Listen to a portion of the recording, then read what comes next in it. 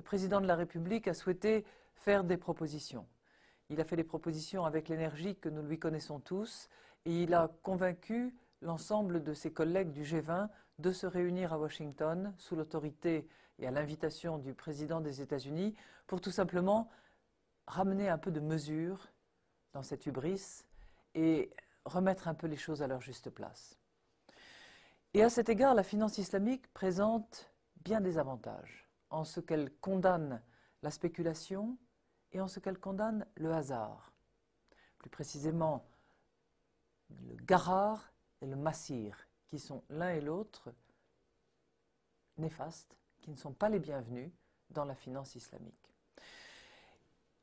Et notre crise, celle que nous venons de vivre, a clairement mis en relief une spéculation qui s'est emballée au-delà de tous les excès et un hasard qui est présent de manière excessive, sans aucun doute, sans plus avoir aucune relation avec la réalité. On le voit très bien dans l'augmentation soudaine, brutale, du cours des matières premières, notamment de l'énergie, et puis la baisse tout aussi soudaine, tout aussi brutale et tout aussi inexpliquée. Nous avons essayé de comprendre ces mouvements spéculatifs et nous nous sommes les uns et les autres, qu'il s'agisse de la Banque centrale européenne, du Fonds monétaire international, des autorités des différents États, nous nous sommes bien souvent heurtés à une grande opacité, à une grande obscurité. Et c'est bien pour cette raison qu'avec le président de la République en France et avec le président de la République en qualité de président de l'Union européenne, nous souhaitons convaincre nos partenaires de la nécessité tout à la fois de la transparence et de la responsabilité au cœur de systèmes où aujourd'hui plane plus souvent l'opacité et la fragmentation de la responsabilité en même temps que l'atomisation des risques. Je souhaite évidemment vous convaincre non seulement de cette extraordinaire détermination à convaincre et de notre bonne volonté pour engager ce combat-là, qui nous paraît déterminant, mais ce serait mentir que de vous dire que je ne suis là que pour cela. Je souhaite évidemment vous convaincre de ce que Londres n'est pas le seul point de passage obligé de la finance islamique, quelque respect que l'on ait pour cette grande place, mais que Paris est aussi une grande place financière et qu'en matière de finance islamique, nous sommes très désireux d'accueillir ceux d'entre vous ou ceux d'entre vos clients qui souhaiteriez une alternative. Alors, nous avons déjà engagé un certain nombre de travaux. Avec le sénateur Marini, nous avons, vous le savez, depuis maintenant quelques mois, engagé la réflexion sur les obstacles qui s'opposent à la finance islamique et nous l'avons fait au sein du haut comité de place que j'ai lancé il y a maintenant 18 mois. Dans la foulée, l'autorité des marchés financiers, que je souhaite saluer ici, a créé un régime adapté au développement de fonds d'investissement respectueux des prescriptions de la charia.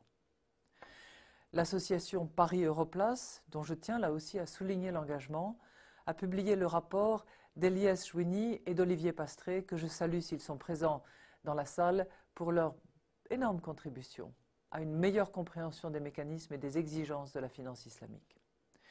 Enfin, votre rendez-vous désormais annuel est également témoin de cette mobilisation collective.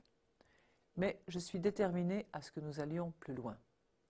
J'ai constitué auprès de moi, depuis le mois de septembre, un petit groupe d'experts en matière juridique et fiscale.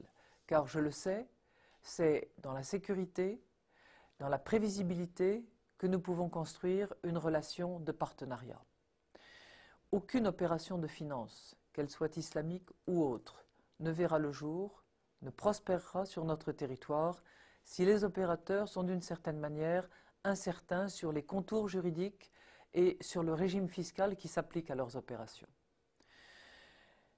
Alors, pour disposer d'un cadre juridique et fiscal à la hauteur de vos espérances et à la hauteur de nos ambitions, je vous indique que je publierai d'ici la fin du mois de décembre, c'est-à-dire avant la fin de l'année fiscale, les instructions qui viendront, d'une part, confirmer l'absence de prélèvement à la source et la déductibilité de la rémunération versée par les soukouks, ainsi que la neutralité fiscale à l'occasion des opérations de Murabaha.